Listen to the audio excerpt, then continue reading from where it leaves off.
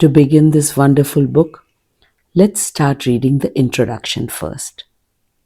The dialogue that never ends. Every generation rediscovers the Bhagavad Gita in its own language. For some, it is a scripture of devotion, for others, a manual for duty, leadership, or inner peace. But beneath all interpretations lies the same eternal truth. The Gita is not a book about war, it is a mirror for the battlefield within. Its setting, Kurukshetra, is both literal and symbolic. It is the field where duty confronts doubt, where values are tested by circumstance, and where confusion demands clarity. That battlefield lives in every human life, in our workplaces, families, and private thoughts, where the mind wrestles with what is easy versus what is right.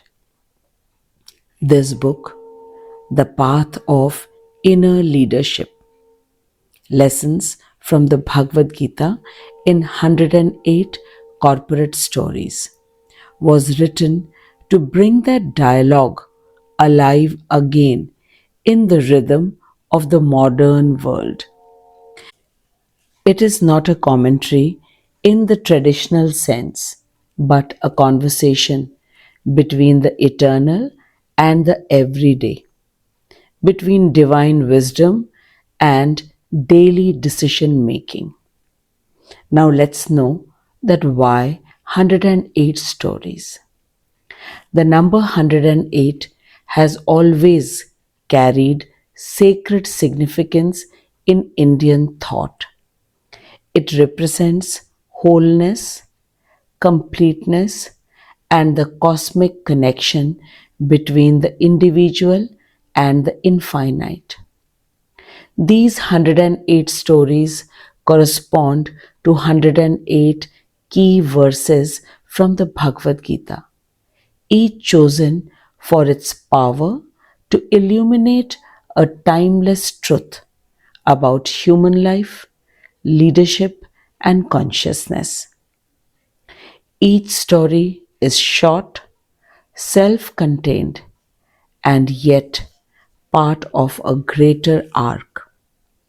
Together, they form a journey from confusion to clarity, from control to surrender, from knowledge to wisdom. The chapters follow the structure of the Gita itself, 18 chapters, each reflecting a deeper stage in the evolution of understanding. Now, let's know about the characters. At the heart of this narrative are Prem, a safety officer in an industrial organization, and Govindji, his mentor and guide. Prem's life unfolds in a setting where vigilance is not optional, where every decision can mean safety or risk, life or loss. Through workplace dilemmas, moral crossroads, and quiet self reflection, he learns the same truths that Arjun once did. That real safety lies not only in procedures but in consciousness. That dharma is not only about rules but about responsibility rooted in awareness, and that devotion is not escapism but deep engagement with purpose. Govindji represents the ashray, the guiding principle of spiritual mentorship emphasized in the Bhagavad Gita. He does not impose answers, but invites insight. Through his calm conversations, the teachings of Krishna reappear, not in the language of religion, but in the language of relevance. Now let's get the message. The Bhagavad Gita is often as a scripture for monks or philosophers, but its wisdom belongs equally to managers, teachers, engineers, doctors, and parents, to anyone who struggles to balance ambition with peace and responsibility with inner calm.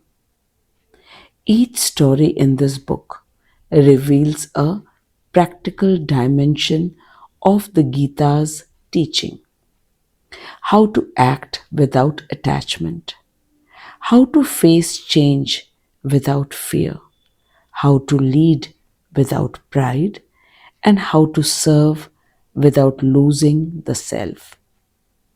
In every chapter, you will find reflections that blend the outer and inner dimensions of life. Education, learning to see beyond information to insight. Culture, living values through daily choices. And devotion, which is acting in love and awareness of the greater whole.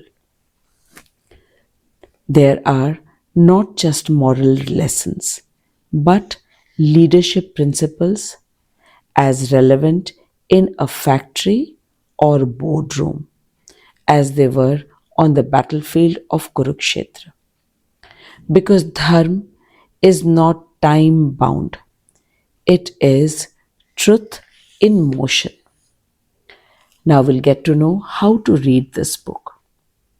The author says you may read it sequentially, or one story each day, or open it randomly and let a verse find you. Either way, approach it not as a theory but as reflection. Pause after each story. Ask, what is this teaching me about how I act, think, decide, or relate? The Gita is not meant to be read, it is meant to be heard in the heart. This is not a story about religion, but about realization. Not about renouncing life, but about redeeming it through awareness. In every dilemma, it invites us to remember the battlefield is within, the teacher is within, and so is the victory. If these pages help even one reader find a moment of stillness amid decision, humility amid success, or hope amid confusion, then the dialogue between Krishna and Arjun has done its work once more.